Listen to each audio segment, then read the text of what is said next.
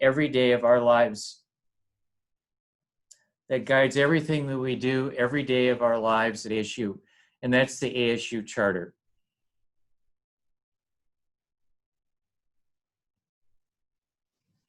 And the ASU Charter talks about not measuring ASU by whom we exclude, but rather by whom we include, and then more importantly, how well they do, or equally importantly, how well they do. Because if we include people, if we bring people here and they don't do well, then we haven't accomplished much of anything.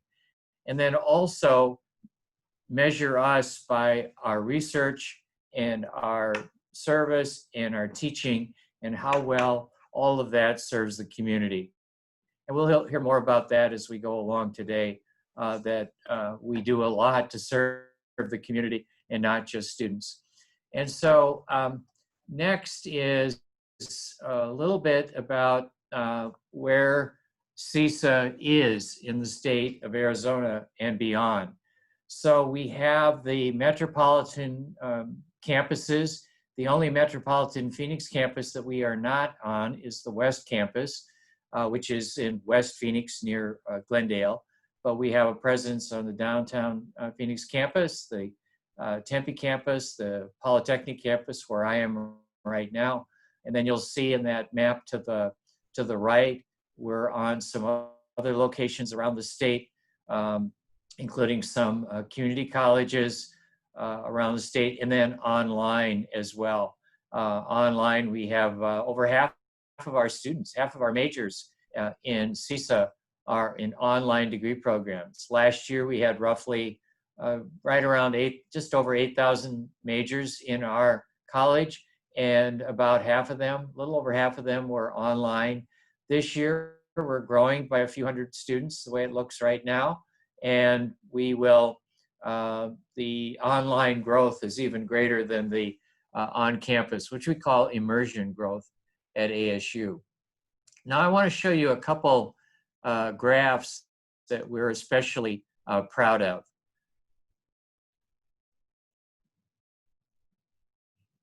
So, by the way, to put this in context, as of yesterday, for fall semester, a little over 124,000 students are enrolled for fall. We are on pace right now to hit right around 127,000 students for the fall semester. Last year, we ended up at about 120,000 students, and we've been growing rapidly.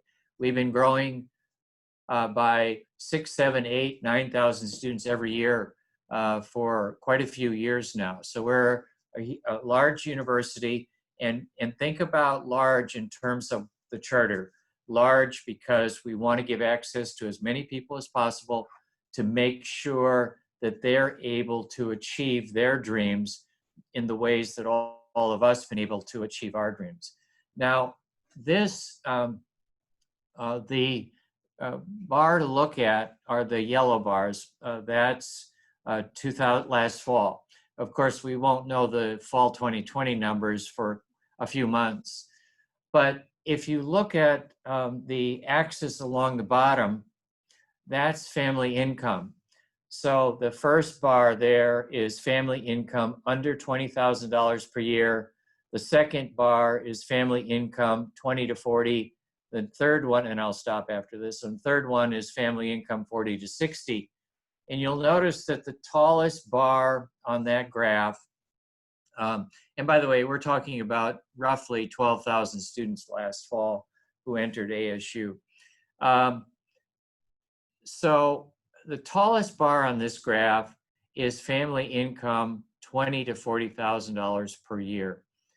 And the next tallest bar on that graph is family income under $20,000 per year. And then the third one is family income 40 to 60. And you'll notice that if you look at those three bars collectively, they form a huge percentage of our incoming first year class from the fall of 19. And then if you look, you know, the tallest bars are toward the lowest income. We are so proud of that.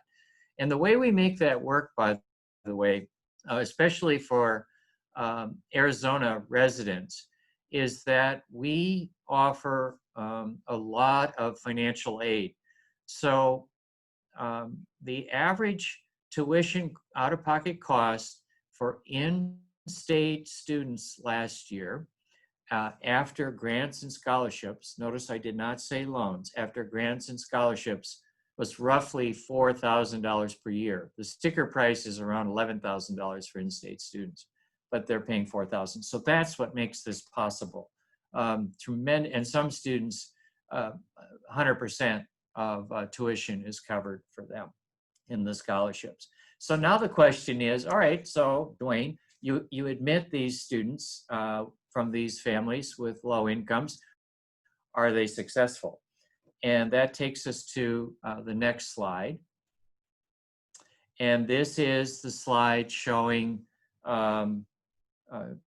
retention rates. And our retention goal is 90%. And last fall, so the retention rate from 2018 means the students who are back again in 2019. So that's what 18 means there. So for Arizona first year students who are entering sophomore year, the retention rate is 88.7%. You compare that to the retention rate of any university in the country, and you will feel very proud to be part of an institution that achieves this. And then the overall retention rate is 86.7%.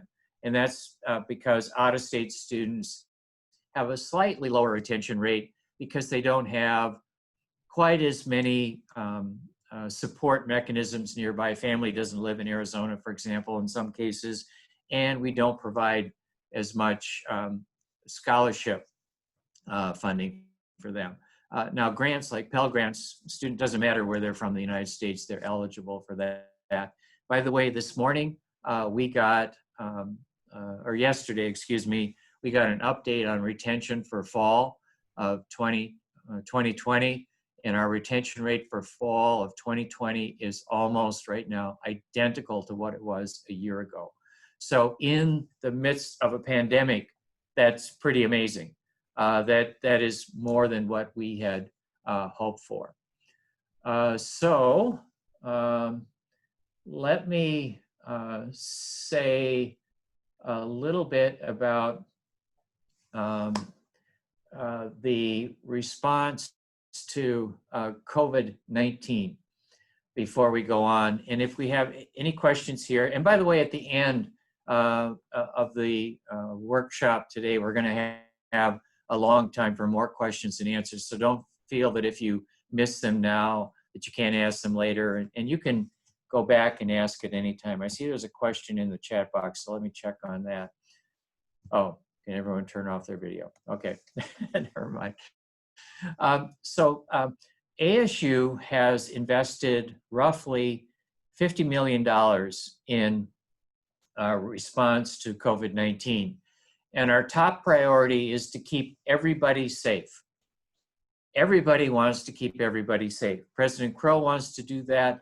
And President Crow, by the way, from my perspective, I've known him now since he came here in 2002, is one of the most empathetic, compassionate people I know. And nobody cares more for students and their success than President Crow does. And part of it grows out of his own experience. When he did not have an easy childhood. His mother died from cancer when he was in 3rd grade. His dad was in the military, so they didn't have a lot of money. And he went to 17 different schools, K through 12. And so he understands what it's like to face challenges. And he is an incredibly resourceful, resilient person. So he can survive anything, in my view. But he understands fully that not everybody is as resourceful and resilient as he is, and that we need to be helping our students to make it along the way. Everybody's health and welfare and safety is the top priority this fall.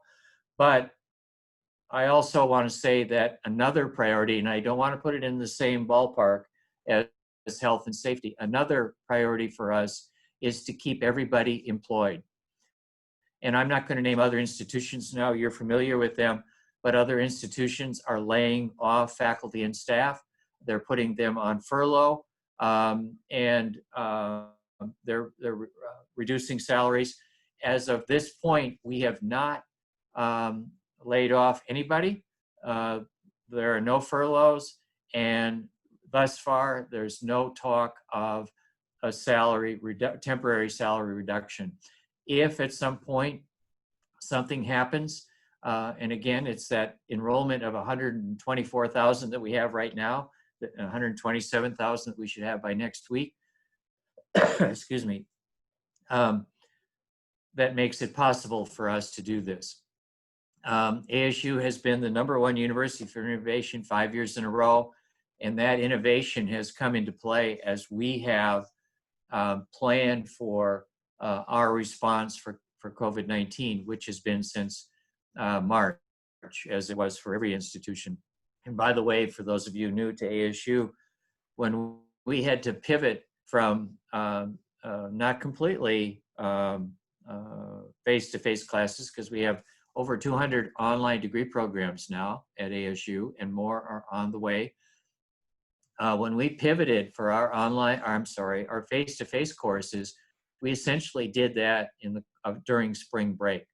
And at the end of spring break, we were ready to rock and roll, and all of the faculty and all the staff were just amazing in making this happen. Now, for this fall, I want to talk a little bit about this, and Kelly Heron will talk more about this later, and she may want to chime in now, but we will have, forget about online, that's separate for our discussions right now, but every class in CISA that is scheduled for face-to-face will also have a Zoom component to it. So those of you who are teaching face-to-face classes, you'll plan for that. Kelly will talk more about the technology. And Kelly, chime in here as you need to. And so classrooms are equipped with technology to make that happen. So for example, I'm teaching a first-year class this fall, and I'll be in the room. I'm teaching face-to-face, but I will have the Zoom technology in the room to make it possible for students who are not in the room. And by the way, you know, this concept of this commitment to access that ASU has and that we specify in the charter shows up in the choices that students have for fall. So students can choose if they can choose to be online if they want. Those who are campus-based or immersion students can choose to take courses as online courses that are labeled I courses. O courses are the ones for online students. They can choose to be there in person, and most of my students in my first-year class are choosing there to be in person. That's what they've told me so far. But they can also choose to participate in that class via Zoom. And so we'll make that possible. And in some cases, the instructor will be participating via Zoom outside of the classroom as well. And classrooms, for the most part, will be kept at 50% capacity, and masks will be worn to keep everybody safe. And we can answer whatever questions you have about that. We're asking students to let us know if they're not going to physically be in the classroom. And my students, a couple of them, I think I've had 3 in my class who sent me emails saying, hey, I'm going to participate via Zoom. 2 of them because they can't get here. Their visas won't allow them to get here. The other thing that I want to mention about the response to COVID-19 is that we have this thing of community of care is the label that we have for this platform, and make sure that you understand that community of care. If you go to the website, there's a lot of information about that. All of us, just like our students, will be required to wear masks. We'll be required to socially distance, except when we're alone in an office or some other space. All of us, students, faculty, and staff, are required to do daily health monitoring. And I sent email to everybody about that, and some more details about it this morning. I'm happy to answer questions about that as well. So, Kelly, is there anything else we need to say right now before I turn this over to Asao? I will just mention that we know that there are a lot of questions about the Zoom technology that is in the classrooms. Honestly, we are learning about that technology daily at this point as we lead up to the start of the semester. But there are 3 different levels of technology available in the university classrooms. And we have descriptions of each one of those levels, the equipment that's included. We have step-by-step instructions. And the University Technology Office is also providing different ways to get training on those technology, on that equipment. And so there are in-person demonstrations available, as well as virtual demonstrations. And you can also schedule one-on-one appointments with the University Technology Office representatives to go through your classroom if it has already been equipped with that technology. All classrooms, they're on track for all classrooms to have the tech by the start of classes on August 20th. So it's really important that if you are going to be teaching in the classroom and have in-person courses, that you're familiar with the technology in your specific room. I've sent some information about that. I'll be following up with more details so that you can learn what technology is available in your classroom. And then there's a number of resources that are available in addition to just learning how to use the actual technology, but how to encourage active participation during the class in the different types of rooms. And by the way, if you're not scheduled for anything tomorrow, there are a lot of these training sessions tomorrow. Kelly, anything else? Not at this point. There will be a lot more to come. Okay, so now let me turn this over to our colleague Asao Unui, who is our Associate Dean for Student Affairs and Equity and Inclusion. And he's going to share a little bit about our work in that arena. Thank you, Asao. Yeah, thank you, Dwayne, and thank you, Kelly. So I will be pretty quick, but I'll try to be specific. And of course, if anyone has questions about these opportunities or these committees and work from CISA that I lead, you can definitely reach out to me and email me if you'd like. I want to first also apologize that I have to exit this meeting. I really would like to stay, but I cannot. I have another meeting and several meetings that will take me all the way into this evening. So my apologies that I have to do this and then probably duck out right after this. But I am available. So if you need to have questions answered about these things, please do so by email, and we can set up meetings or talk privately or in groups, whatever you like. So let me, what I want to offer right now is just some information. And if you're interested in becoming involved in the assessment committee, CISA's assessment committee, or CISA's inclusion committee, or any of the work related to those committees, I'm happy to get any interested faculty involved. So first, let me just say a couple of words about what's happening with the assessment committee this year.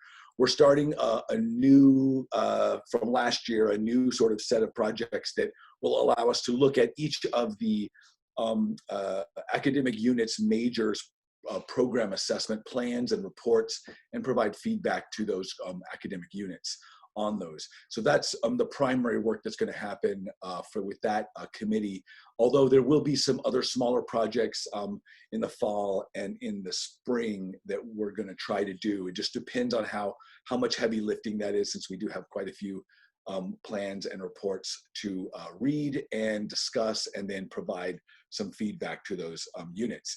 But some of that stuff might be, for instance, we have plans to design and implement some ongoing training for faculty around assessment in the classroom. This includes things like feedback to writing, as well as grading practices and other kinds of assessment practices that deal with pedagogy or teaching. So look forward to that. And of course, if you have experience or if you have training or other things in there that you think you might be able to share, with the rest of CISA, then please let me know, and I'll be happy to see if I can loop you in and get you involved in some of those training processes or workshops and other things. The Inclusion Committee has some other really exciting work. Some of this work came out of our summer's Juneteenth event. So we got together and we brainstormed, as well as learned a bit more as a college about Juneteenth. And so from those discussions, and they'll continue to be ongoing, but I decided to take all those really great ideas from faculty and staff and insert some of them into the Inclusion Committee's work this year, since it was clearly related to that work, or to the committee's work typically. So some of the things, there's a lot of stuff that we're going to be doing, and one of them will be we're likely going to design a climate survey to be administered across CISA, so we can understand better how students as well as faculty and staff are experiencing CISA, and then perhaps make some changes or report, of course, and then think about changes that might come about. That could be policy, it could be structural, it could be something else. We're planning on revising, or with the attention towards inclusion and DEI work around all of the public-facing documents that represent CISA. So that is the website and things like that. We want to make sure that we live up to that really good charter that ASU has, as well as live up to our own commitments to social justice and equity and inclusion. And we want our documents and the things that represent us to the public and to students and to ourselves to represent those our ideas around those things and our work around that work. We're also going to start engaging more consciously in some brave and perhaps difficult but active ongoing conversations around diversity, equity, and inclusion. This likely, for instance, will take the form of something like challenge courses where faculty agree to do a course on social justice or understanding their own racial subject positioning in an institution like this over, say, an extended period of time, like 2, 3, or 4 weeks, and then report back and have conversations with their academic units or CISA at large. Those are the primary things that we're going to do, and there probably will be increased. There's a few other things that we're working on in the Inclusion Committee, for instance, but they're going to be much faster, and they'll probably be done within a month or so of starting. And that is, we're going to be revising the faculty annual review language and criteria for faculty heads to use in making those reviews, so that they align with diversity, equity, and inclusion efforts that faculty are in many cases already doing. And we want to be able to account for that, but also to encourage faculty to make that a part of their agenda, either in their teaching or in their service or their scholarship or all of those things. So that's one of the smaller projects, because we've already know that needs to be done, and it can be done fairly quickly. And that's most of what I have to share. Does anyone have questions about opportunities?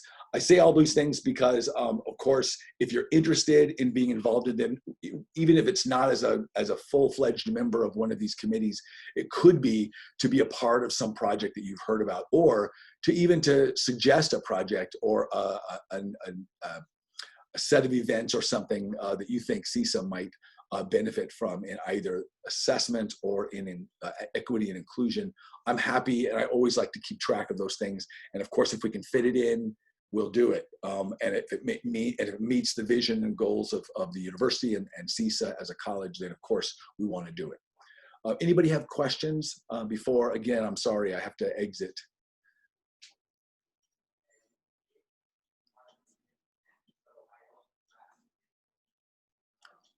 Well, if you've come up with questions, please know that you can email me, and please do. I'd love to hear from each of you, just to know that that your answers around these things can be, your questions can be answered. So, and great to see you all.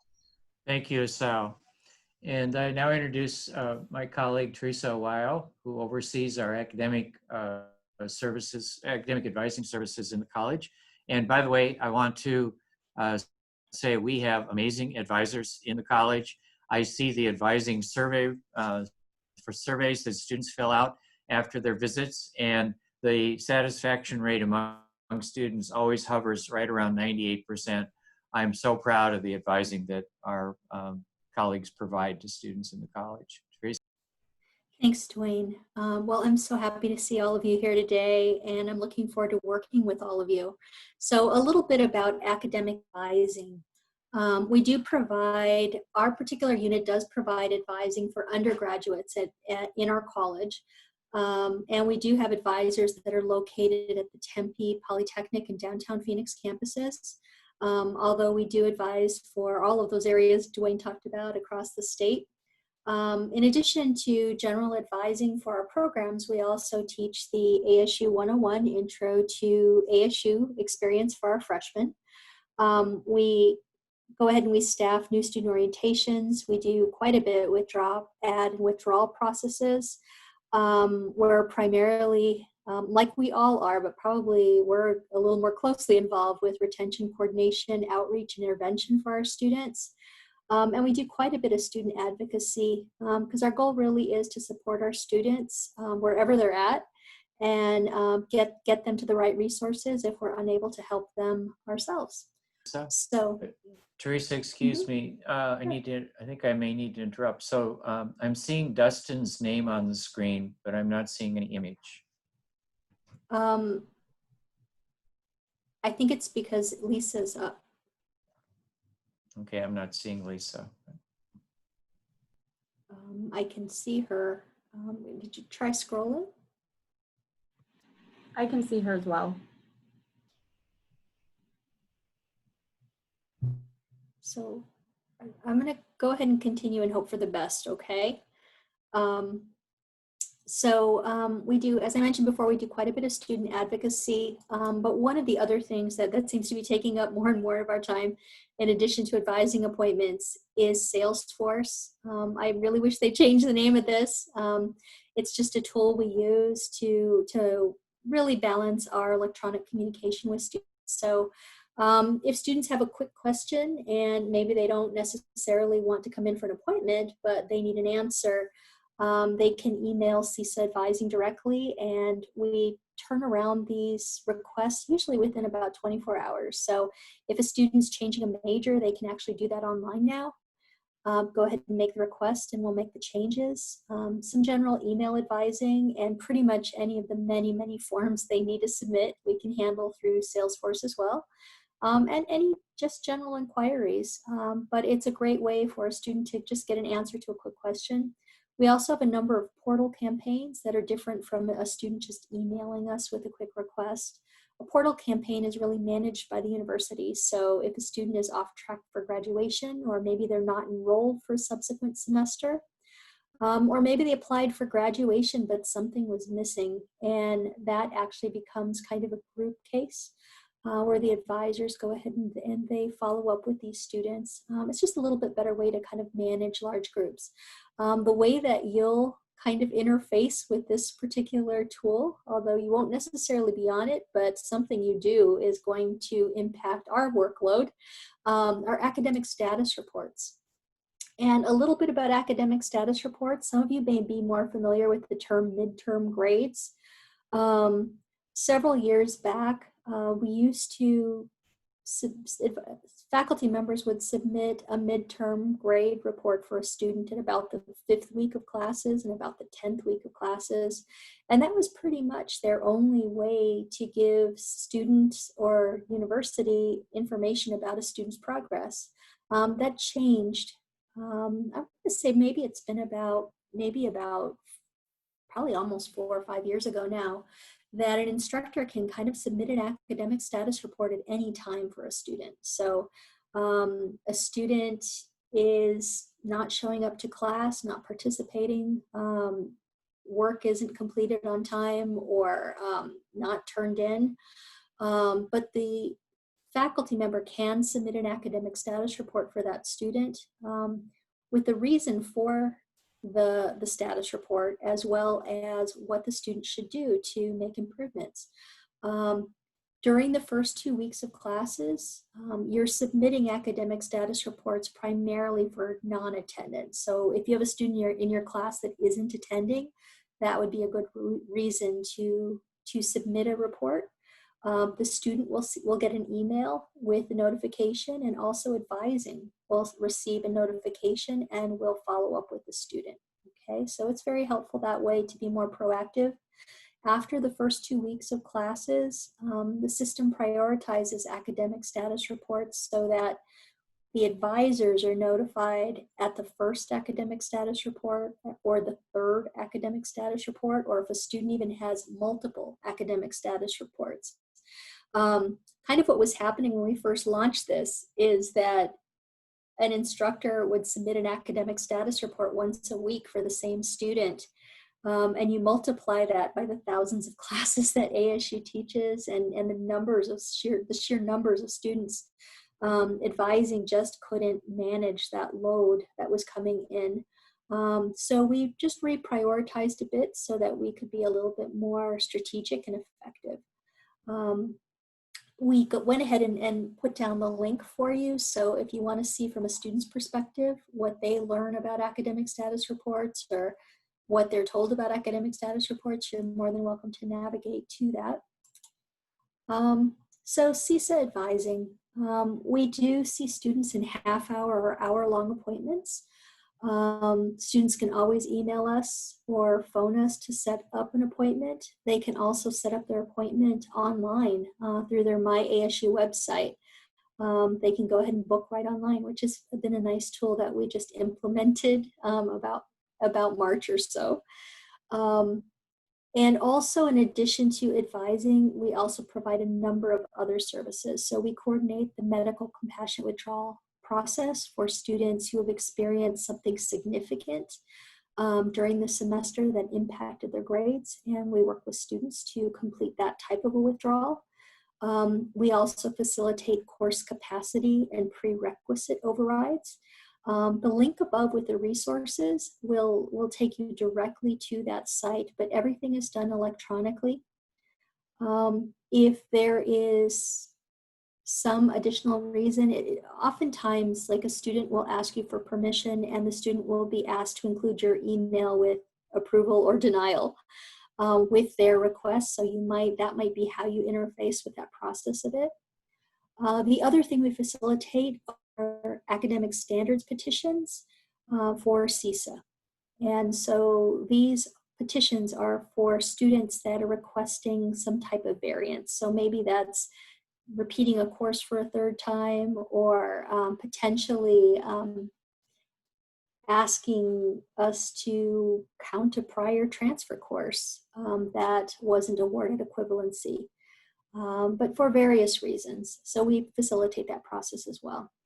The other thing I just kind of want to make sure you know about, in addition to our CISA academic resources page and resources, is the ASU Support Services website for faculty and staff. If you only have one website regarding the rest of the university and all the resources ASU provides, this is a great site. On it is everything from disability resources to links to counseling or tutoring, the libraries. Pretty much every student resource available is on this site. So I just want to make sure that you're aware of that. If you have any questions, you're always also welcome to use me as a resource as well, and I'm always more than happy to help, okay? And that's pretty much it from me. And with that, I'll go ahead and turn it over to Lori Bello, right? And thank you, Teresa. Before Lori starts, I just want to say a word about this. Lori's team in finance and HR does amazing work, and they are a very lean team. CISA generally is a very lean college, and they perform a remarkable amount of work given that. So I'm always grateful to the work that they do. Lori, please. Thank you, Dwayne. I'll just show my face quickly and then I'll take it off so that you have a face with the name. Hello, everyone. All right, I'll turn off my video. I really wanted to talk about some the way key communications are communicated throughout the college. So if we could go to the next slide, Kelly. Great. We use Outlook to communicate important messages. So Dwayne will be communicating messages certainly almost daily during the beginning of the school year. And the president, the provost, the CFO, they all use Outlook. All of the administrative teams use Outlook to communicate important messages to you. So I hope that you will use your Outlook account and check it. Oftentimes people create a Gmail email because it's available to them, which is totally fine, but the messages won't come through Gmail unless you have them forwarded from Outlook to your Gmail account. So I want to make everybody aware of that important distinction. We also use Slack in the college for emergency messaging. Everyone in the college is included on the CISA Slack channel, and we'll be sending out, Chris Baca, our Assistant Director for Information Technology, will be sending out directions to everyone so that you can join the Slack channel and see there's programmatic groups set up, and you can chat with your colleagues in those programmatic groups, as well as direct chat with others in and outside of your groups and across the university. So it's a fun way to instant message or get a quick answer. And then some key dates, tools, and links. September 8th is the date for benefit submission. Every new faculty member was emailed by Outlook a note from CISA HR outlining the new hire payroll packet, background check, I-9 forms, payroll options, benefit selections, and required trainings. Required trainings and payroll information. The required trainings are really important, namely the ASU information security training that is necessary to take by October 30th. This is so vital to ASU security. We get attacked millions of times throughout the year, and we need to make sure that people understand the security. So passwords will be reset after October 30th for not complying with this training. So I can't stress it enough. We also are moving to something that used to be called Faculty 360 and has been rebranded to ASU Vita for annual reviews. So we'll be using this platform. CISA HR will be sending out information regarding the input of your information for annual reviews. And Dwayne will be sending information too. We have a CISA website that everyone may be acquainted with, but we also have an internal website within our website interface for employees. And on there, the link is employee.cisa.asu.edu // and it is very helpful to get information there that pertains to perhaps support from staff, whether it's academic support or creative services support. If you put a backslash and put support after it, you will come up to a page. And I don't know if I can share my screen, Kelly, can I maybe? Maybe I can share it. You should be all set now. Yep, thank you. And I don't know, can you see this screen? Not yet. Not yet. Okay, maybe share screen. There it is. Sorry, should see it now. So there's the employee.cisa.asu.edu, and this is the support page. So you have the Office of the Dean, academic support, technology, creative services, human resources, and fiscal and business services. So these are ways that you can connect with the staff to get the things that you might need. And we hope that this is very user-friendly to request things that you might need during the academic year. So for instance, and I'll go back to the presentation. Can I go back and stop the share?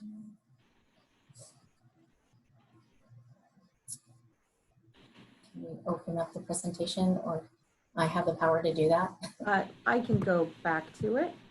Sorry, I can't find it. There we go. Thanks. So we can go to the next slide.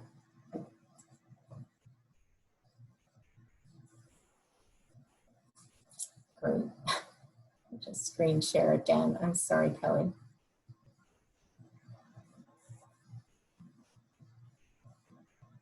So on this slide, I want to share my ASU with each of you. I hope you can see that again. There we go. This is going to be another important site for you to bookmark and check out.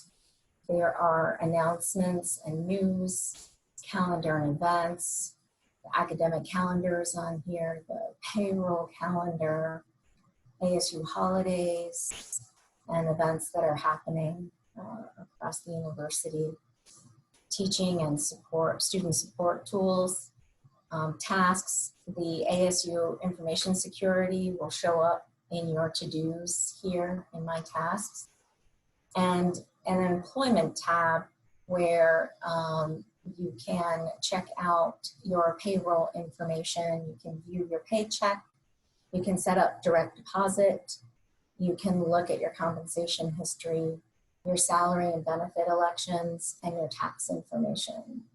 When you submit your information to HR, Central HR, to make your benefit elections, I would highly recommend going to this tab, this payroll tab, and checking out your salary and benefits and tax information so that you can ensure that what you put forwarded is reflected correctly. There are also research tools. So it's a handy, this obviously is a staff because it's my profile, but it's a handy site to have bookmarked. Yeah, if I could just chime in, for faculty, all access to your courses will occur on this page as well. So Lori doesn't have that because she's not teaching, but for those of you who teach, you'll visit it every day.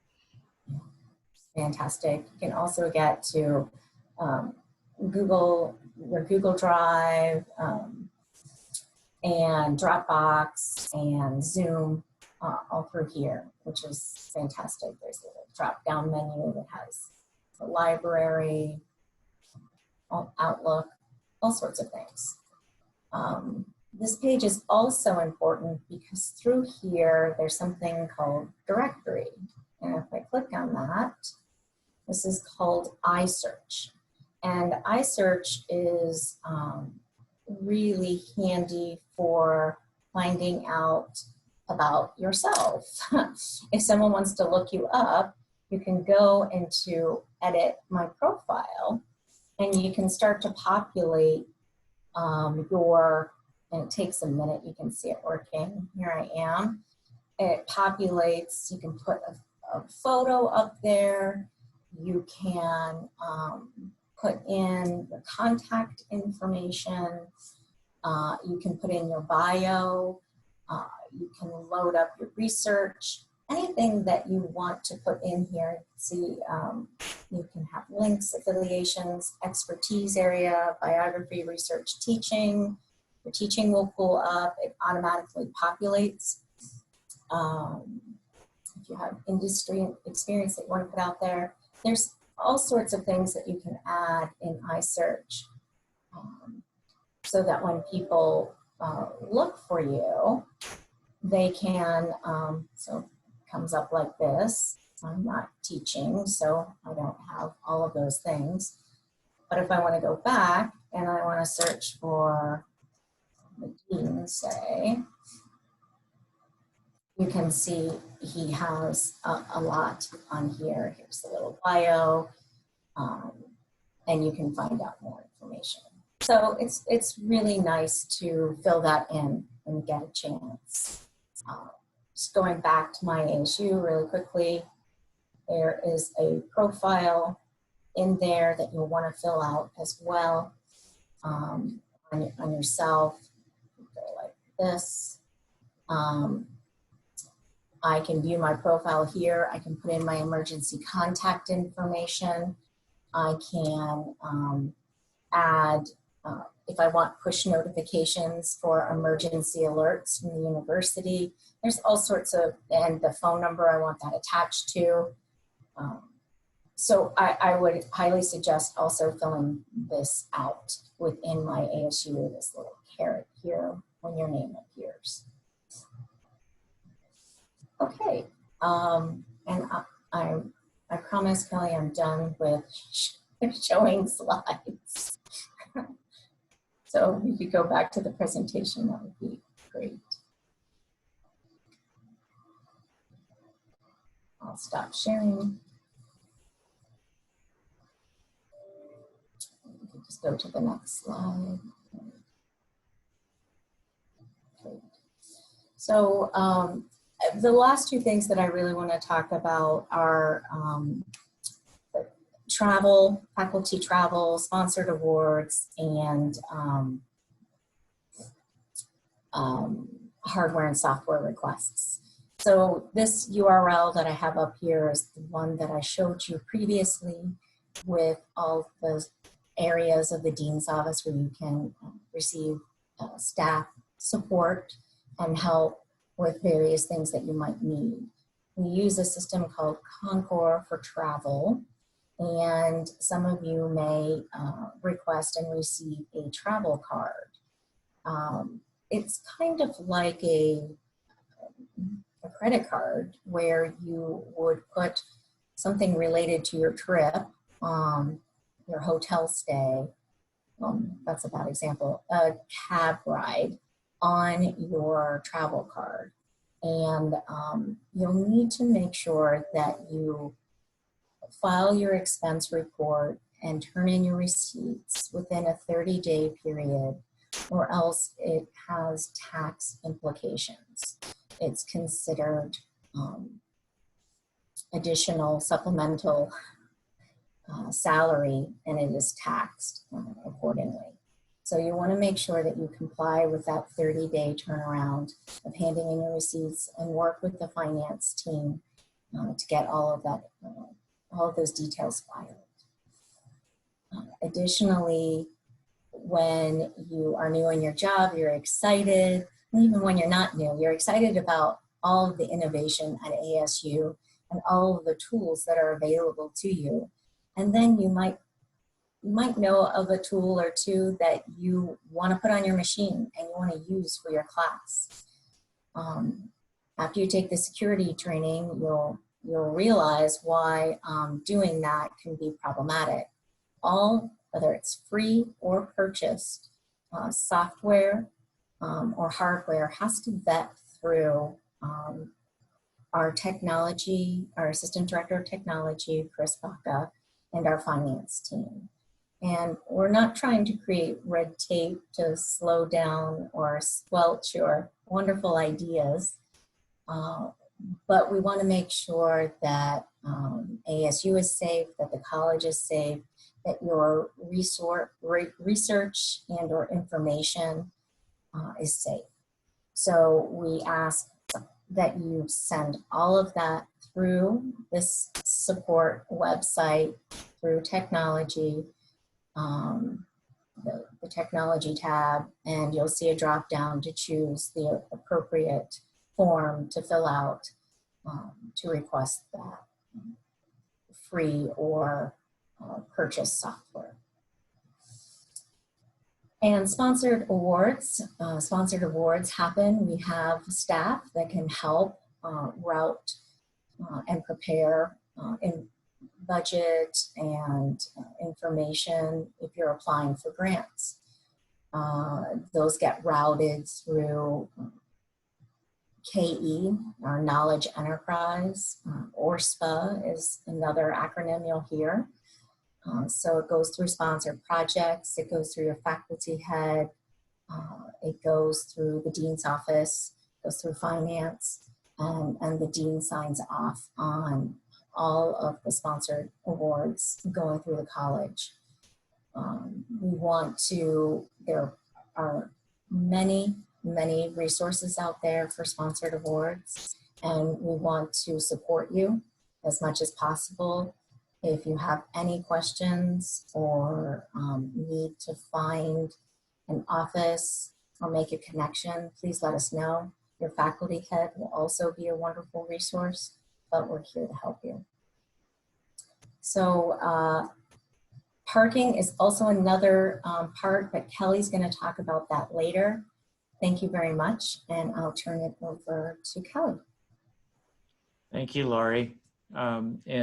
Just a quick introduction to Kelly. Kelly is someone who's going to be part of your life a lot as a faculty member. She works closely, especially with the faculty heads, but with a lot of faculty as well. So Kelly, please. Thank you, Dwayne. Thanks, everyone. Hi, I'm Kelly Herron, Associate Director of Academic Support for CISA. I just wanted to introduce myself there, and I'm going to stop video again. So I have a number of things to tell you about academic support services. There is going to be a lot of information, and everything that I want to talk about today are topics that will be important to anyone who's teaching for CISA, full-time or part-time. So these are all things that, that you'll be receiving information about as we lead up to the start of fall, and then also during the semester as we approach different deadlines. So the first thing that I want to mention is the CISA Canvas onboarding site. This is a new resource for CISA, so we're excited to share it with you and to hear your feedback about it, because you're the first group using it. But we created this Canvas site to house all of the resources that are available. We have CISA as a college, and then also the university has so many resources available. It's a lot of information. We can't possibly cover it during this period that we have with you right now. And even though we send a lot of information through a series of emails, we wanted to have one central place where you can go to find a lot of information and details. And so that site covers an introduction to CISA, our org chart, all of the faculty units, faculty heads, and the programs, degree programs, and centers that are housed in the college, as well as student support information, teaching resources, so everything that I'm going to cover as part of my portion here, as well as HR and business services, everything that Lori talked about, and then plus a lot more detail. Most of you have access to this site already, because we can't get you into Canvas until you have an active ASU ID number. I know that not all of you have access to it, so as soon as we get your ID number, we will get you into that site. And we hope that you'll be able to use that not only before the start of classes, but for the next year as we go through the different terms. So before we start classes every term, there are a number of things that you need to prepare for before the start of the semester, before the start of the term. So we have primarily three terms at ASU. the C session, which is 15 weeks, and then the A and B sessions that are about 7.5 weeks each. We ask you before the start of each term that you let us know what textbooks you'll be using, textbooks, materials, simulations, any course materials that you'll be using for your course well in advance of the start of that course. And we do have in CISA textbook coordinators for all of the courses, and you'll see the prefixes listed here that fall under the Leadership and Integrative Studies faculty group. Your textbook coordinator is Christina Villa, and all other courses in CISA, your textbook coordinator is Sue Foley. You'll be hearing from them throughout the year in advance of each term. You'll be sent a link to a textbook order form that looks like this form over here. We are using a little bit of a different system, but essentially it's the same kind of form. And we'll ask you a number of questions about your textbook orders for that term. I have the dates listed here.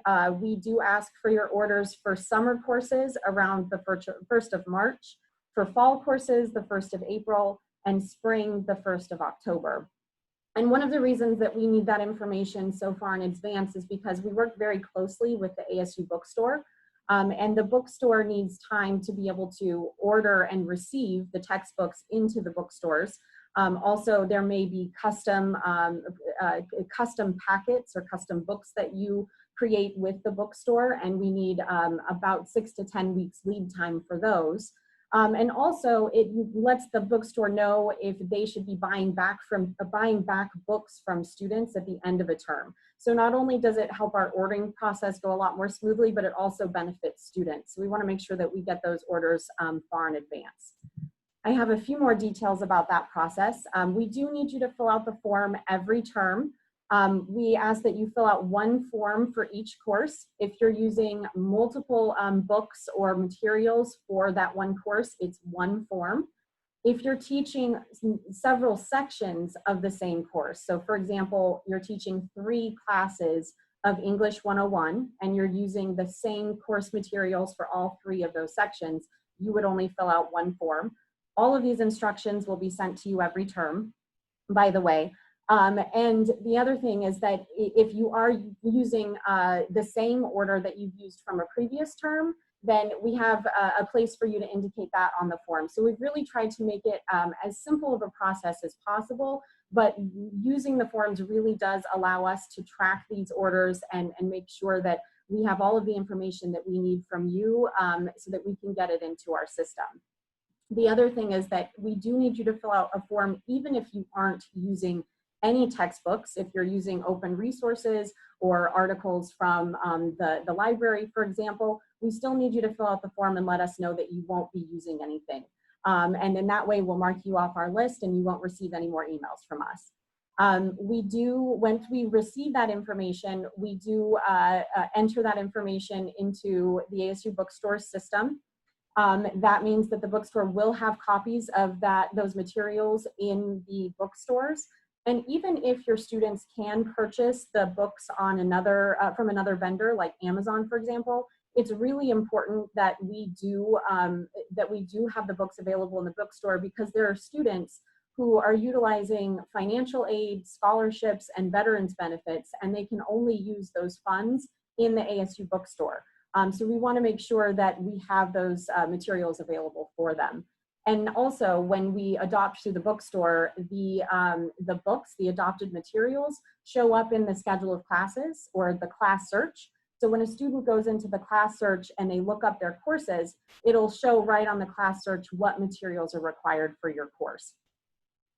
I know that many of you work closely with the publisher. If you order a desk copy directly from your publisher, we ask that you don't request one from your textbook coordinator. That's another question on the form, because the publishers don't like to receive duplicate requests. And we have the textbook order form available on the employee site that Lori mentioned, the Canvas onboarding site, and we also will email you every term the link to the form, and also send reminders when those forms are due. And if you have any questions, please do reach out to your textbook coordinator. Another thing that you'll need to update before the start of every term are your course syllabi.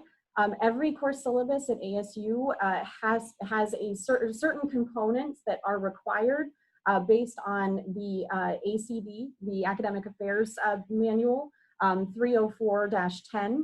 And then in addition to the university's requirements, CISA also has a few requirements as well, or suggested language to include in those syllabi. We do have a CISA syllabus template that is available again on the employee site, the Canvas onboarding site, and we do email out as well. That template is a Google Doc, and so as we receive new information from the university, if a policy is updated, for example, the most up-to-date information will be in that template that you can access at any time through that Google Doc.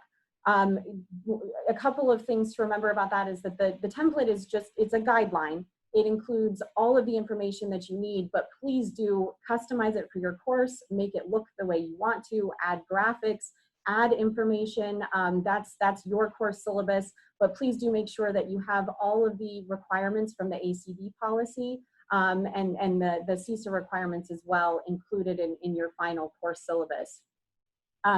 And I will also note that the syllabus we realize can be very long as we add all of these requirements, all of the boilerplate information. The syllabi do get very, very long, and we realize that they are, but it's good to look at this as a contract between you and your students, and to take that opportunity to make your expectations very clear for students about your assignments, your course policies, and university policies as well. And so if you have any questions about course syllabi, please do reach out to your, if you have a faculty mentor, a program lead, or your faculty head. Many of the units have learning outcomes that are specific to the core courses in your programs. So any specific questions about curriculum and course requirements, please work with your unit and the contacts that you have in your unit, but also take advantage of these resources that we have available as well. Before the start of the term, you'll need to request your Canvas shell. Every course in CISA should have a Canvas shell, no matter what the modality is. So all in-person courses should also have a Canvas site. A Canvas site or Canvas shell, I use those terms interchangeably. I mean them as the same thing. And so even with an in-person course, at a minimum, you should be using Canvas to house your syllabus, to send announcements to your students, for assignment submission, and for your grade book. But then, of course, there are a number of ways that you can use Canvas and so many tools that can be integrated in Canvas. There are so many resources out there, and I've listed a few of them on this on this page, and we will send out this presentation at the end as well. And we have several pages in the Canvas onboarding site that are devoted specifically to the Canvas LMS and designing your courses. So getting back to the slide at hand, you need to request your Canvas site before every term. You can do that in a couple of ways. The way that I've shown here is if you request the course yourself, then you can go directly to My ASU, which Lori showed you, that the site that you'll be on every day where you'll access your courses. Down toward the bottom left of that page, there's a box that looks like this, Teaching and Student Support Tools, and you'll see Canvas Course Request. You click on that link there, and you'll be able to request your Canvas shells through the University Technology Office. You can request an entirely blank shell that you build from scratch, or you can copy an existing shell. That can be a shell that you have permission to copy from another instructor who has taught it before, or a shell if you've taught that class before. You can also build that as a live course, meaning that when the PeopleSoft rosters sync with Canvas, the students will be added directly into that course. That's your live course, your live site. Or you can build it as a development course. And a dev shell is like a sandbox where you can add things, make changes, and then when you're ready, you can copy your development shell into a live course. So the other thing that I will mention, and I don't have on this slide, but I do have in the Canvas onboarding shell, is that we created a CISA Canvas course template. Similar to the syllabus template, we wanted to have a course shell template available for you too. It is designed to be used with any CISA course because we offer courses across the disciplines. And so really it includes CISA branding and some resources, some additional resources for you as the faculty member, and also that are visible to students, like a specific navigation link on the left-hand side for academic integrity, and also student support services and other resources like that. And so if you're interested in using the CISA course template, you can copy content from another shell into that template. You can also request that template as just the template with no content, and then build the content in it.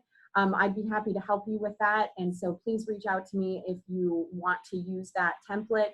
And you can also find that information in the Canvas onboarding site, as well as a demo video to see what that looks like before you request it. Course evaluations at the end of every term.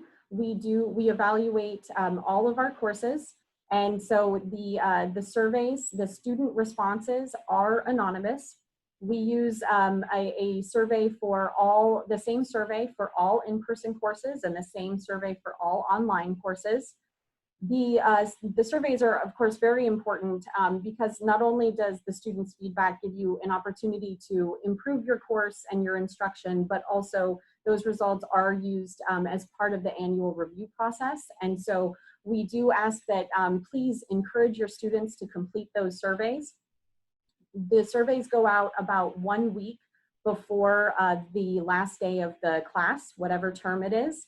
You will receive an email from the course eval system that lists all of the courses for which you'll be evaluated. We ask that you look closely at that email when you receive it each term, even though we do our best to make sure that everything is accurate. There are data errors on our end, or sometimes just system glitches. If one of your courses is not indicated on that email, then there's something wrong and we need to know about it. And so you can contact me directly or Vicky Asato, and again, all of the contact information will be available to you. But we will be able to check the system and make sure that your evaluations are set up correctly. Students will also receive a notification email that includes links to all of their surveys for the courses in which they're enrolled. And so they'll have about a week to complete the surveys. We'll let you know when the surveys will close. That's also listed in the notification email. And then when the surveys close, when all grades are posted in the college, then we release the results to you, and we'll let you know when those results are available. Academic and grade appeals, academic integrity and grade appeals. We have two processes in place for one for academic integrity and one for grade appeals. The academic integrity process is based on the university's academic integrity policy. And that policy includes the role of an academic integrity officer. And Asao Inoue, our Associate Dean, who you heard from earlier today, and I are both the academic integrity officers for CISA. So if you ever have a question about the process, then you can reach out to either one of us or both of us, or just a question about academic integrity or academic dishonesty. Please do reach out to us with any questions. But we have a brief summary here of the process. If you encounter an issue with academic dishonesty in your course or have a concern that there is something going on, then we do encourage you to talk to your student about it, determine if there is an issue. If after talking with the student, you think that you still have a concern about academic integrity, then you need to notify us as the academic integrity officers. And that it is required that all concerns or all issues with academic integrity are reported to the AIO. We have specific letters that we have to send the student as part of this process. And I want to make sure that that I mentioned, apart from the steps themselves, that we really want to take this as a learning opportunity for students. We approach this not as, we approach this as an inquiry process. So no decisions are made until we've completed a full investigation. We want to make sure that we have all of the details before any decisions are made or we determine any consequences. And so when we receive that information, we contact the student, we notify them that there is a concern about academic integrity. We encourage the student to meet with us to discuss the concerns. And after we have that meeting with the student and we've reviewed the evidence, and we also look at the student's academic record, then we connect with you as the faculty member and we share the results of the inquiry process, and we discuss with you what you think the next best steps are, the best path forward. We also share our recommendations based on similar cases in the college. We have an idea of how we've dealt with certain actions or certain violations in the past. And so we'll share what our recommendations are. We'll hear more about your course and how you'd like to proceed. And then together, we decide what the best outcome is. If there was a violation and there is going to be a sanction or a consequence, then as the AIO, we notify the student of the results and specifically what that sanction is. We also have an academic integrity course that we've built in Canvas. All students who have been found to have a violation are required to take that course as part of the consequences. In some cases, that might be the only sanction is the course. In other cases, it may be a 0 on the assignment in question and completion of the course, a failing grade in the course in their actual course in which they're enrolled, not the academic integrity course, up to suspension or expulsion from the university. And so, as you can imagine, and I'm sorry, there's one other, a failing grade in the course or an XE, which is different. The XE denotes academic failure due to academic dishonesty on the student's transcript, and then up to suspension or expulsion. And so, of course, that depends on the type of case or the student's, if the student has a history with academic dishonesty. If there was a violation and there are consequences involved, then the student is also notified that there is an appeal process. If they choose to appeal, then we have a full appeal process in place with a standing grade appeal and academic integrity committee. And so a hearing panel consisting of 2 faculty members and a student member would hear that academic integrity appeal. On this link down here at the bottom, we have a web page that is our faculty-facing web page having to do with academic integrity, where we have the procedure listed out in full detail, along with several resources like language that you can use in your syllabus that about academic integrity and other resources that are available to you and also available to students. The grade appeal process is different. We might receive questions from students or concerns from students about their grades in their course during the semester or during the term.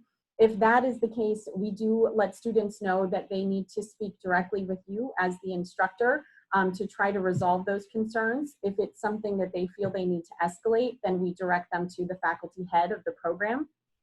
Students do not have the ability to submit a formal grade appeal until final grades are posted.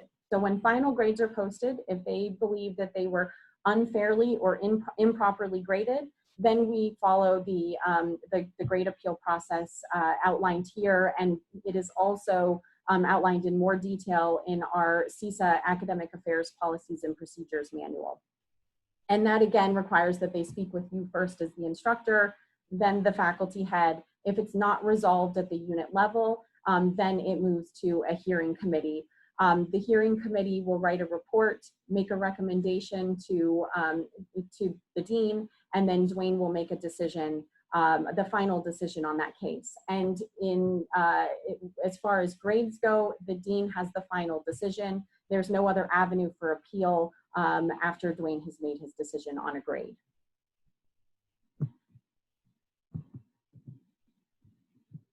Posting grades. So we're getting toward the end of the semester now.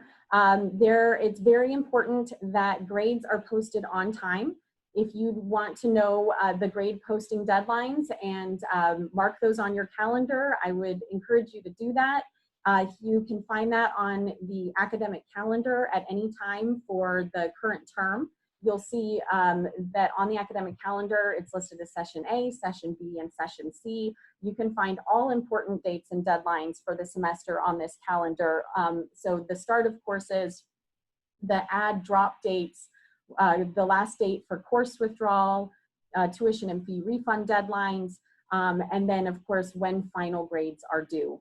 And so you'll see for session B, this is a year old, but you'll see that what the final day is. The deadline is 11:59 p.m. on that last day. And for every term, if you are listed as the instructor, I will send an email reminder with instructions on how to post grades and remind you what those deadlines are as well. If you don't post grades in time, it does impact end of term processing. Students who are eligible for the dean's list, and financial aid eligibility, academic standing, disqualification, the grades can have an effect on any one of those processes. And so we need to make sure that we post those by the deadline. We also want to make sure that we're able to release the course evaluations to you and to all of your colleagues. And so it's really important for students and for everyone that those grades are posted on time. There are a few failing grade options that I'll mention now. There is the traditional E grade, which is just a failing grade in the course. So the student participated in the course, failed to meet the outcomes, and receives a failing grade in the course. There's also an EN, which means that the student never participated. They did not log in, they did not show up to class, they did not participate in any way. That's an EN grade. And then lastly, there's an EU grade, which means that the student started working in the course, but then they stopped participating. And so you were no longer able to evaluate their work because they stopped participating. And the reason that we distinguish between the different types of failing grades is because it has to do with financial aid eligibility, and this is information that the financial aid office pulls. And so you can find more of these resources in all of the places that I've mentioned before. You can also reach out to me directly. Again, you'll get that email from me, and your unit schedulers are awesome schedulers. We have a scheduler on each campus at the Poly, Tempe, and downtown. They are also roster contacts. So not only do they schedule your courses and assist with your classrooms, and I'll introduce you to them toward the end here. They also are roster contacts, and so they have access to your rosters and to your grades. They can post on your behalf or help troubleshoot for you as well. And I have more instructions here, and I'll just mention quickly that there's a few ways to post your grades. When you go to My ASU, where you'll find your classes, there are icons here. This is where this says BB for Blackboard. That is now Canvas. You'll see Canvas. And then there's this icon here where you can access your class tools and you can access your grade roster, and you can input your grades directly into PeopleSoft from there. You can also import your grades from Canvas into PeopleSoft or into PeopleSoft from Canvas. And I include those job aids when I send the email reminder every term, and then those job aids are also available on the Canvas onboarding site. Another grading option is the grade of incomplete, and I receive a lot of questions about this. An incomplete grade can be given by an instructor when a student is not able to finish the course. Now, in these cases, the student should have been participating in the course throughout the term, is nearly finished with the course, and something outside of their control, there's some sort of an emergency. It could be a number of things. It could be family related or medical emergency, whatever the case is. There are conditions beyond the student's control that prevent them from finishing the course. You do have the ability to post an incomplete grade. We do have an incomplete form, which is an agreement between you and the student that outlines exactly what they need to finish in order to earn their final grade in that course. You have up to a year, or students have up to a year to finish that. You do not have to give them a year to finish it. If they should be able to finish it in 2 weeks, you can say, as the instructor, you have until X date, 2 weeks from now, to complete this work. Or whatever it is from a few days through that 1 year. After a year, the grade, if it's not changed from an I grade, it will roll to an E. So they need to have that work finished within that 1 year period, and then you would change the grade in your grade roster. For an incomplete grade, you are not required to give an incomplete grade. It depends on the student's situation and how much work they've completed in the class.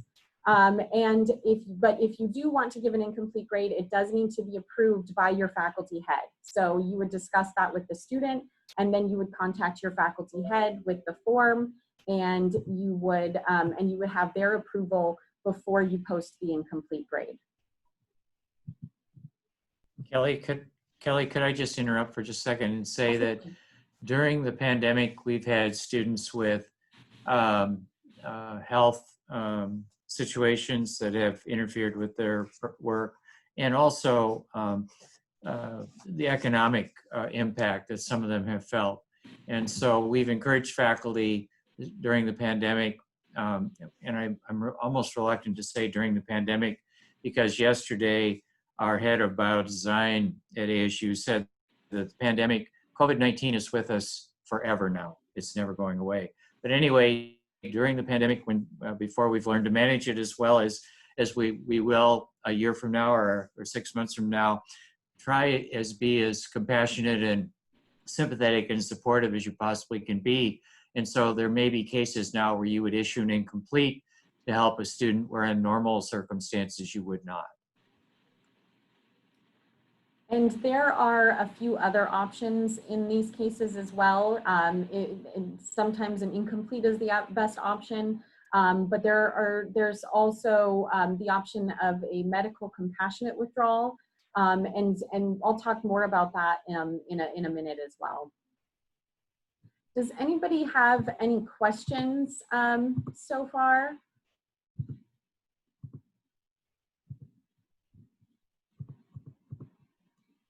Okay, great. So I will talk about college committees. There are a number of ways to get involved and to work with other faculty in the college. I have the college committees listed here. The descriptions are included in the Academic Affairs Policies and Procedures Manual, and we do vote on, or we do confirm membership in the spring for terms that start the next academic year. So we confirmed all of the committee rosters at the end of spring 20 for this academic year that we're starting now. Many of the, some of the committees require at least one representative from each one of the faculty units. Other committees, it's based entirely on faculty volunteers from across the college, but we still try to get representation from each, make sure that we have representation from each one of the units.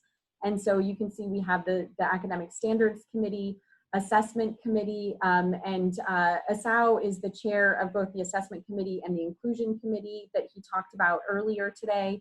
We have an awards committee every spring. We award faculty and staff certain college awards, and so the awards committee collects those nominations and applications and reviews those and makes those decisions. The curriculum committee reviews proposals for new courses and new degree programs. And then we have the Kelly, you have a question. Are all committees open to all faculty non-tenure roles? except for the personnel committee for tenured and tenure track faculty. So and then also the personnel committee for non-tenure eligible faculty, you do have to be at least a rank of a senior lecturer to participate in that committee, and then you have to be track faculty to participate on the personnel committee for tenured and tenure track faculty. Other than that, we do encourage our full-time faculty to consider serving on any of these other committees.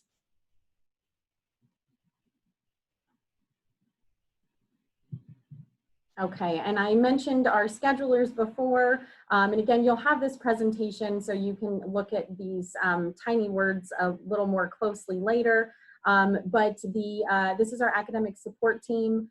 We have staff located on the Poly, Tempe, and downtown campuses, although most of us are working remotely at this point, but when we all are back on campus, then you'll be able to meet your academic support contacts.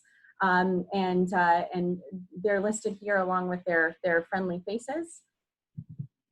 And then one of the things that we were asked to include last year was some student scenarios, things that you might encounter, situations that you might encounter in your course, and what some possible responses or resources are. And so Dwayne, please jump in with each one of these or as you see fit as I go through some of these. The first is the student consistently arrives late to class. For situations like that, you know, we hear a lot, especially students who travel between campuses. They might be taking the shuttle and going from Tempe to Poly, or are rushing across campus to different classes.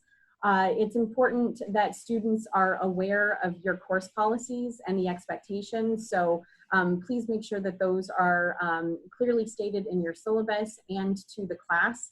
And also, if there are situations like that that are disruptive to the class, you know, please do discuss them with the student and make sure that they understand what your course policies are. And I would just add that if a student knows that the student's going to be late for class, for something that came up ahead of time and they know about it in enough time to let you know. And the other thing is don't jump to conclusions. It may be that the bus broke down and that's why they were late getting there, but do address it.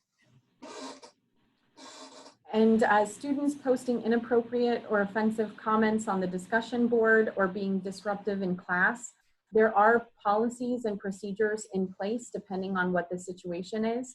If this is happening, please do discuss it with your faculty head or your program lead, and make sure that you're staying in communication with them and that they're aware of the situation. Depending on what it is, if it is very disruptive or if it is inappropriate or offensive, we will need to report that behavior to the Dean of Students office. And again, depending on the degree of that disruption or that behavior, then there is a process for withdrawing a student from the course in place. And so that is something that you would work with your faculty head and Dwayne on as well, if it were at that level. Also included in your syllabus should be this student policy, the SSM 104-02, and that's required in every syllabus, and that speaks directly to student behavior and the student code of conduct. And I would just add that if there is this kind of behavior, I would deal with it immediately. And so maybe you may need to deal with it during class, ask that student to leave, or if it's in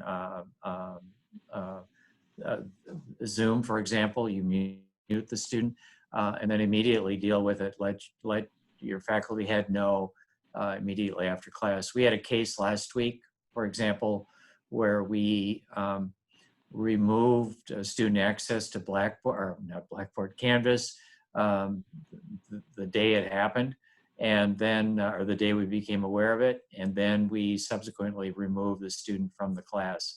So don't let those things go, deal with them immediately.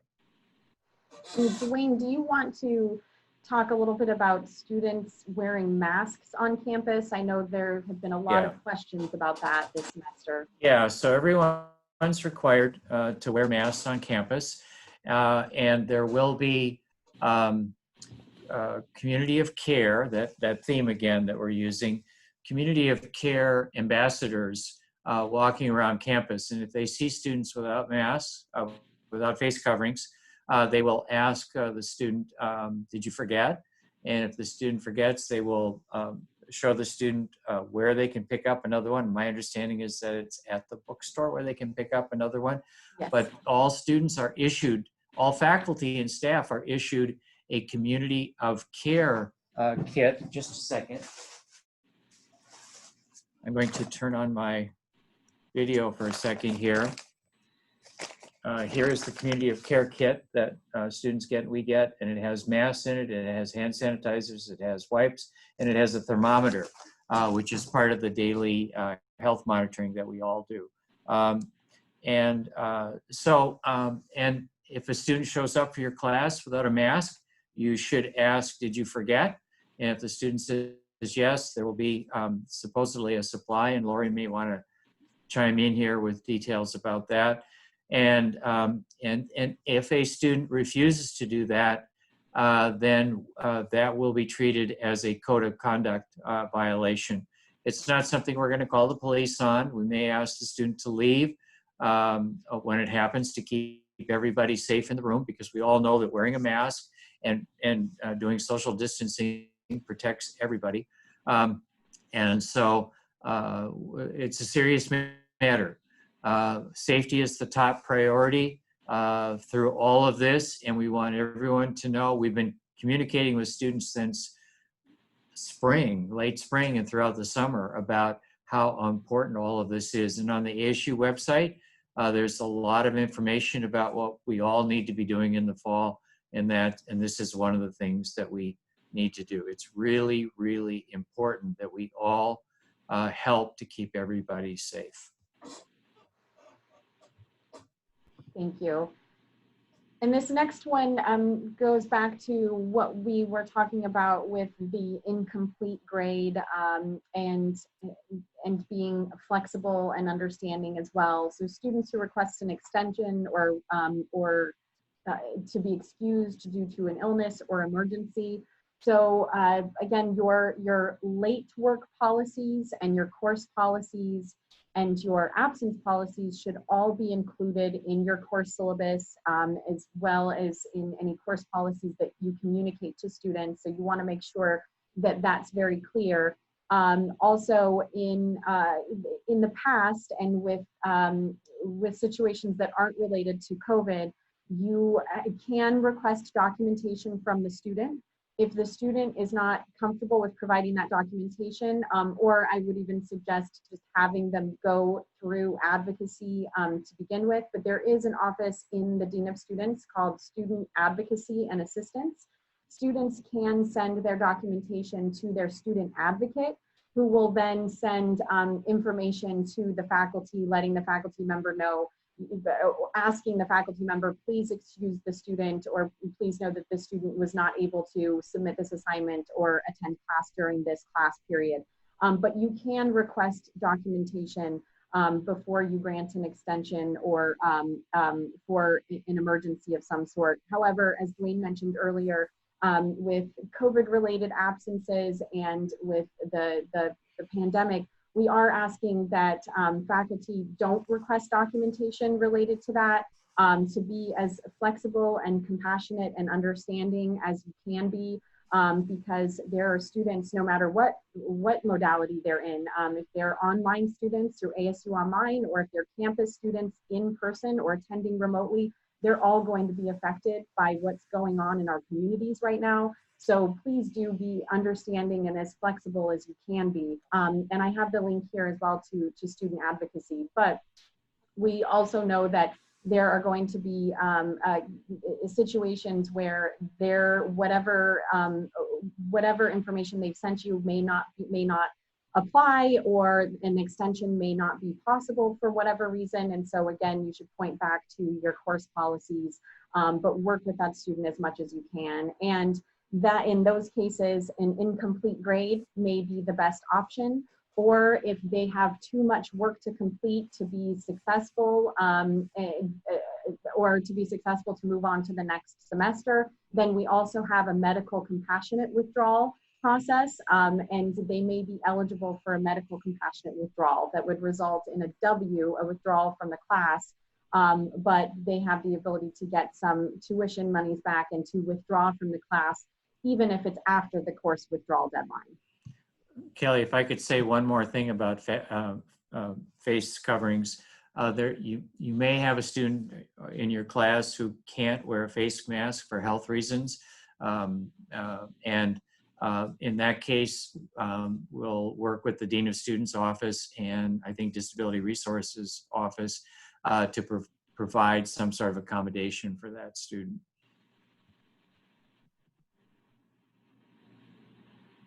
So the student stopped participating halfway through the class and contacts you at the end of the semester asking to submit work late.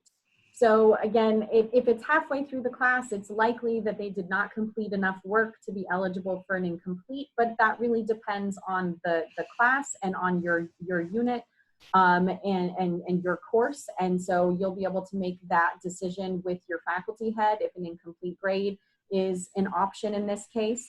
If it's not, depending on the situation, again, they might be eligible for a medical or compassionate withdrawal. If neither of those options if neither of those are options in that case, then the student may fail the course, but know that there is a repeat and replace policy for undergraduate courses. So if a student takes a course and receives a D or an E in that course, if they repeat the course in a different semester and they earn a grade higher, a C or above, then it will, the higher grade, so well, it could be a D or above, will replace the lower grade. The original D or E will stay on their transcript, but it will not be calculated into their GPA. Let's see, there's a question from Alan, but before Alan, we respond to Alan's question. If a student does stop coming to class, you should reach out to the student and see if you can find out what's going on. And then you should file an academic status report right away, because then other people will fly into action. So Alan's question is, if a student states they have medical reason not to wear a mask and shows up to class, how should we handle it in the moment, assuming that the student wants to participate in person and not via Zoom? So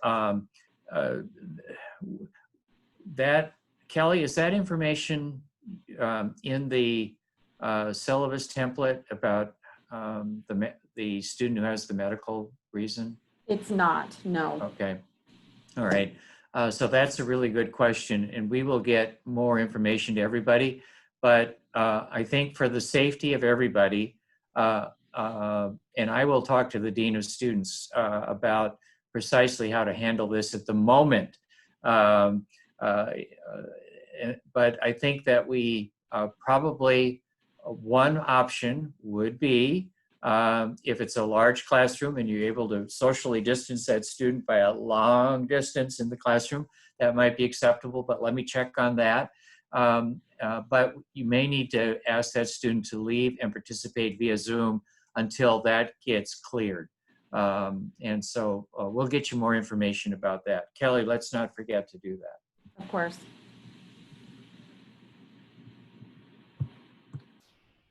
Okay, so the student appears to be looking at their neighbor's paper during an exam. This is potentially a violation of the academic integrity policy. So as part of that policy, the first step would be to discuss your observations with the student to try to find out more information. If you're concerned that there was an academic integrity officer, then you would report it, I'm sorry, an academic integrity violation, then you would report it to the AIO, the academic integrity officer, and we would start the inquiry process to learn more about what was going on in that situation and what the next steps are. I will just add this, that students in recent years have become very creative at this sort of thing. So in math courses, for example, we've had cases where students have used their cell phones to take a photo of each page of the exam. They then text it to this service that will provide them within 15, 20 minutes all of the answers to those math problems. So, you know, there are other forms of things that could happen here besides looking at a neighbor's paper. Yes, and this is another reason why it's so important to make the instructions and your expectations very clear, not only just about your course policies, but also your exam instructions, what is allowed, what is not allowed, and make sure it's clear if collaboration isn't allowed, that is clearly stated. If collaboration is not allowed, that is clearly stated. And also if they can't use a cell phone, for example, all of that should be stated in your instructions. If you do see them using a cell phone, you can ask them to leave the exam. And if you're not sure, then allow the student to continue taking the exam, and you can address it after the class is over as well. So a student appears to be in distress. This is important every semester, but I know that it's especially important now. And you may have students who express that in different ways. You might see that with your students in your in-person courses or online. There are a lot of resources available. One of the most important is ASU counseling services. If you're on campus and you see a student in distress, you can ask them if they want to go to counseling services and take them to counseling services. There is an office on all 4 of the campuses that is open Monday through Friday, 8 to 5. There is also a phone number for counseling services and a 24-hour hotline as well that students can call or that you can call. You, if you do notice this, whether the student decides to seek out ASU counseling or not, you should notify the student's advisor and as well as the Dean of Students office so that they can reach out to the student and make sure that they're okay, and that if they need any support or they need any resources, that those are available to them. And if the student is if in your judgment, the student is in immediate danger of harming themselves or harming others, then that needs to be addressed immediately. And yes, the counseling services are available and free to any student, to all ASU students.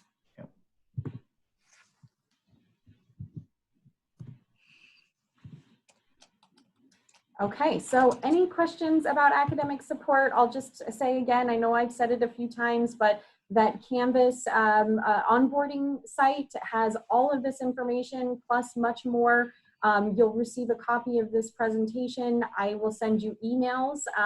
I try not to send too many so that you read them, and if you ever have questions or you don't know who to contact about any of these things, you're welcome to come to me and of course your faculty head, your faculty mentor or program lead, but I'm happy to point you in the right direction or provide information anytime. And I see there's another question. Okay. All right, perfect. And now we're back to Dwayne.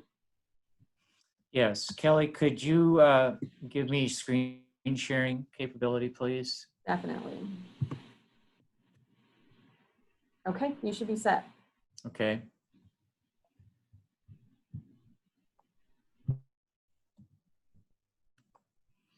All right, so this is the website for the College of Integrative Sciences and Arts. And by the way, if you look up here under colleges and schools, you'll notice that CISA is not listed.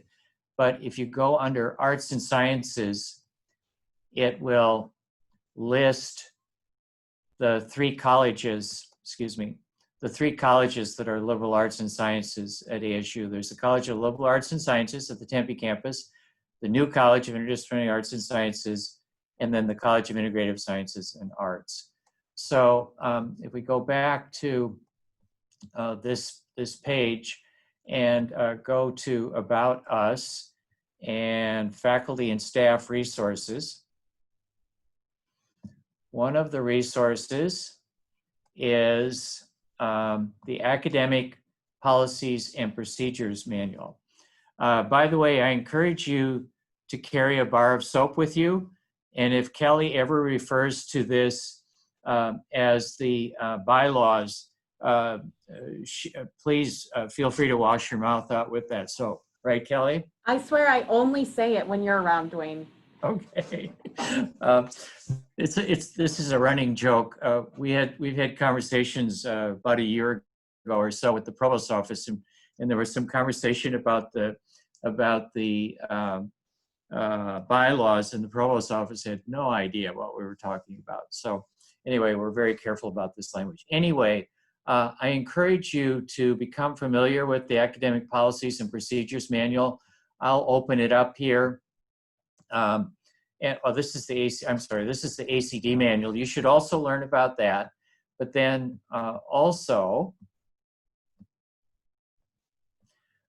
is the, let's see, the CISA manual is over here. And there's a little information there at the top showing that it was approved. But anyway, this covers everything that you can imagine related to your academic experience in the college and at ASU. So I encourage you to read that. There's information about annual reviews, for example, how they'll be evaluated, that kind of information. It's a long document, it's 60 pages, but it's good for those lonely Friday evenings when you have nothing else to do, to read. And Dwayne, can I yes. add one thing about the Academic Affairs Policies and Procedures Manual? Yes, please. You'll see that, that this was voted on and approved in 2018. We had a number of changes that were approved by the faculty in the spring, but we have additional changes coming. And so if you are a voting eligible faculty member, and you can find that definition in this document, you will be contacted in September about additional changes to this document. You'll be able to vote on each one of those changes individually or separately. And then if the changes pass, then we will send that off to the provost office and we will have a new version posted. Okay. By the way, I just got information from the Dean of Students about face masks.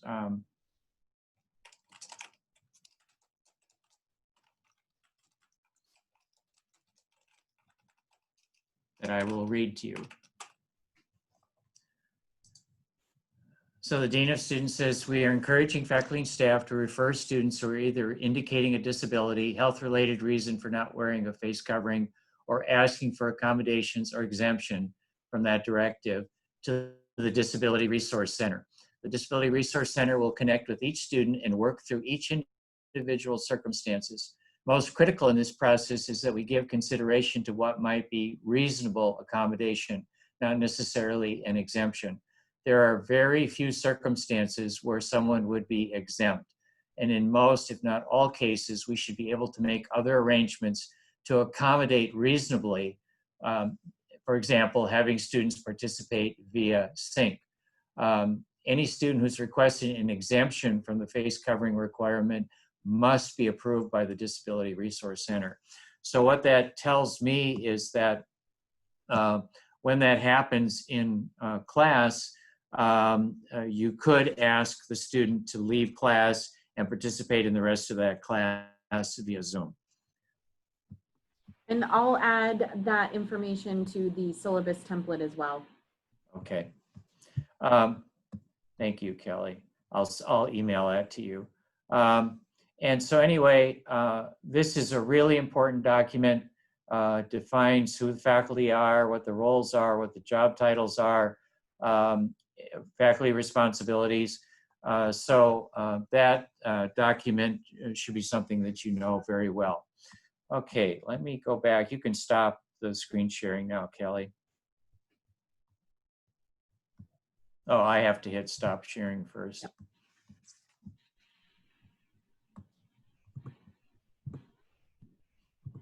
Okay. All right. University rights and responsibilities. This governs faculty behavior.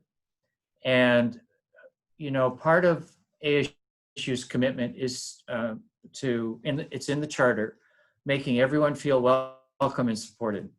And so if there are faculty and staff who are behaving in ways that don't make everyone feel welcome and supported, then we need to address that.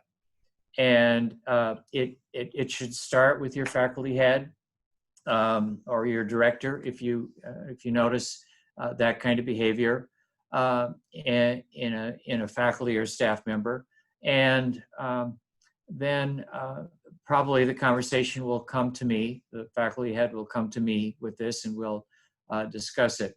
And if it rises to a certain level, if there's certain kinds of behavior that we take immediately to university rights and responsibilities. For example, if a faculty or staff member is engaged in behavior that we think might be a Title IX violation, then we will take that to university rights and responsibilities. And by the way, we all have an obligation to report those kinds of behaviors. Talk to your faculty head, and the faculty head will come to me, and we will address that. And the response, there will be an investigation, and faculty, university rights and responsibilities, they will do very thorough investigations, and they will make a recommendation to the provost, and the provost will make a determination, and that's the word that's used, is determination. And the determination could be simply, there was no violation here, nothing to be concerned about. The response could be, you engaged in this behavior, and it doesn't rise to the level of violating something in the academic affairs manual, but it is of concern to us. And so we ask that you not engage in this behavior again. And it might involve me having a conversation with somebody in the college about that behavior. But it's really important that we take this seriously, because we know that in order for everyone to perform well, they need to feel supported, they need to feel welcome, they need to feel included. Any questions about that before I move on? You can either chat or turn on your mic. Okay, well, if questions come up later, ask.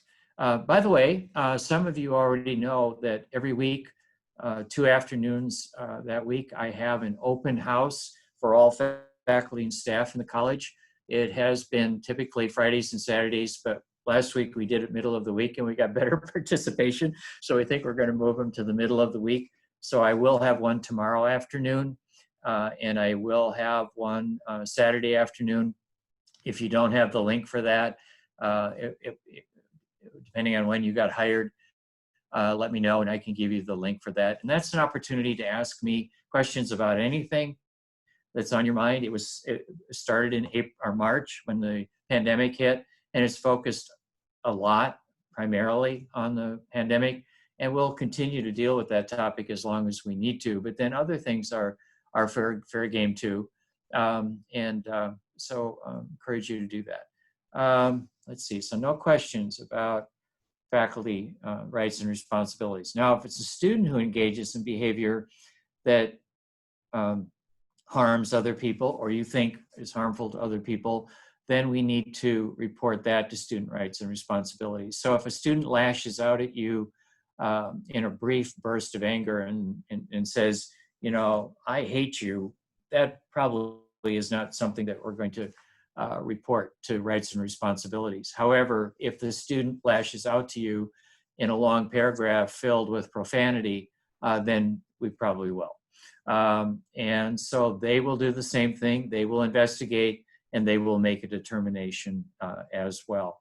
And again, all of this, faculty, staff, and students, we all need to act in ways that support, include, respect everybody who works and studies with us at ASU. We've already talked about students experiencing stress, but I also want to talk about faculty and staff experiencing stress. Some of you don't know your faculty head very well yet. You may not know me very well yet, but I hope that you will trust us enough that if you are experiencing stress, that you will let us know right away. And you also can reach out to employee assistance. And employee assistance is an office that will provide assistance in these cases. But, you know, anyone who's experiencing stress may find it difficult to teach as effectively as they want or to do their research as well as they want. That's why we hope you trust us enough to reach out to us right away and say, Kevin or Dwayne, or whoever your faculty head is, or Dwayne, I'm experiencing this difficulty in my life, and it might be a financial stress, it might be a medical condition. You don't need to reveal all the details to us, but you need to let us know that you're experiencing these things. And then, you know, we will do everything we can to support you. And that might include things like finding someone to teach your class for a little while. And by the way, I just mentioned my name, Dwayne.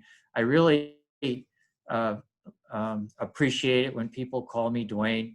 My joke about it is that I grew up on a dairy farm in Wisconsin and no one ever called me doctor or professor or dean. And I just got used to that name. But for me, it signals more than that.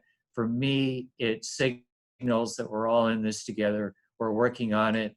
We're working on all these things together. We're serving students. We're serving the community.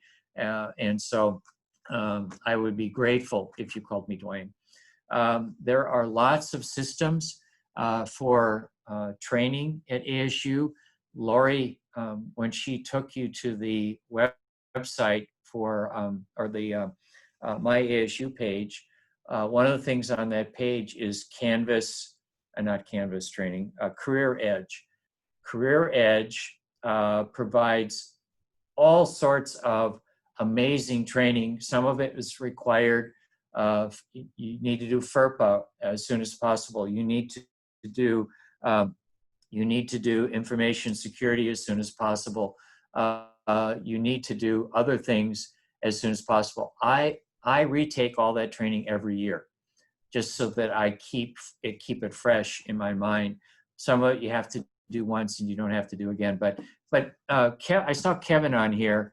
Kevin, if you're still on, would you chime in and talk about some of the other training that you've done? Kevin may have. I love Career Edge, and it's free, and that's a bonus. And they've got everything. They've got the entire LinkedIn Learning Library and a whole bunch of other stuff by ASU that's not available to the rest of the world. But remarkable. I just took some pictures this summer. I thought these are pretty good, and I hopped on Career Edge to see if I could make them better. And there were dozens of photography classes, some of them in a lot of depth. So aside from all the kind of regular professional stuff we do, there's just cool stuff there too. I think in the whole college, nobody does more training than Kevin does. I love it. Yeah, that's good. Major upcoming events, you know, we will be putting out information, be watching an email about upcoming events, be checking the ASU website. And by the way, that reminds me, if you are doing things that are notable, that you consider notable, and if in doubt, consider it notable. And we need to work with our communications team, our creative services team, to get the word out. And we might get ASU Now to do stories about you. If you go to the bottom of the CISA webpage, there are a whole bunch of links to stories about CISA and faculty and staff and CISA and the great work that they're doing. So don't be shy, don't be modest. Make sure you let us know about the important work that you're doing, and we'll do everything we can to make sure that the world knows about it. And then college contact information. Kelly, do you want to chime in here and say a little bit more about that? Sure. So we've talked about this a number of times today. So this is just one last time to remind you of all the ways that you can get a hold of us. Feel free to reach out to any of us who have presented today, but also there are very specific ways to contact us through that support page that Lori shared.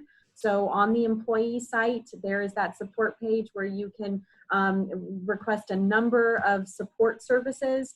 We have the Canvas onboarding site, which will give you the specific contact information or form that you need for various processes. So this information is available in several places between the employee site and the Canvas onboarding site, or just reach out to us if you're not sure where to go. And Kevin just put in the chat the link to Career Edge. But then to add to what Kelly just said, if you are in doubt about who to contact, just ask anybody. You can ask the faculty head, you can ask Kelly, you can ask me, you can ask Lori, and we will know who the appropriate person is for you to work with on something. So don't be stymied by not knowing who you should reach out to on something. So Kelly, is that our last slide? That's it. So Kelly and I see we got something else in the chat. Raphael says he gets a 401 error. Well, for Career Edge, if you go to my ASU, there's a link to Career Edge right in there. So that one, you won't get the error if you do that.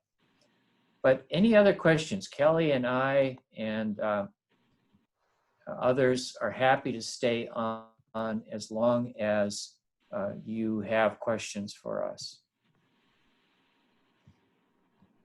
We didn't go into detail about the Zoom technology that's available in the rooms or ASU Sync because there are a number of trainings available on that. But if you do have more specific questions about that, feel free to ask them now, or please go to any number of the trainings that'll be available that I'll be sending reminders about here in the next few days, and also to attend the town halls that Dwayne just mentioned tomorrow afternoon at 4, and on Saturday we'll send the information for those town halls as well. Those are great venues to ask questions.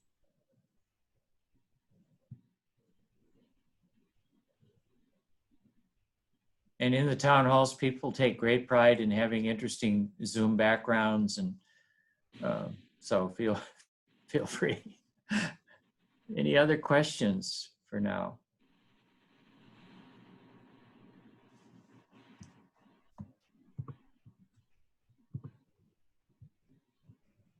Okay. Well, thank you all so much for joining us today. I'm so grateful that you've become a Sun Devil. You know, I should have said this earlier, but I hope you get a sense of it. I am so proud to work at ASU because all of what we do to support students, all of what we do to support the community, all of what we do to make the world a better place. I know that's a cliche, but we really take that seriously. That's why we're #1 for innovation 5 years in a row. It's not innovation for the sake of innovation. It's innovation to serve students in the community better. All right, anything else? Okay, well, thank you everybody. It's been great. Looking forward to getting to know all of you better soon. Take care. Thank you, everyone.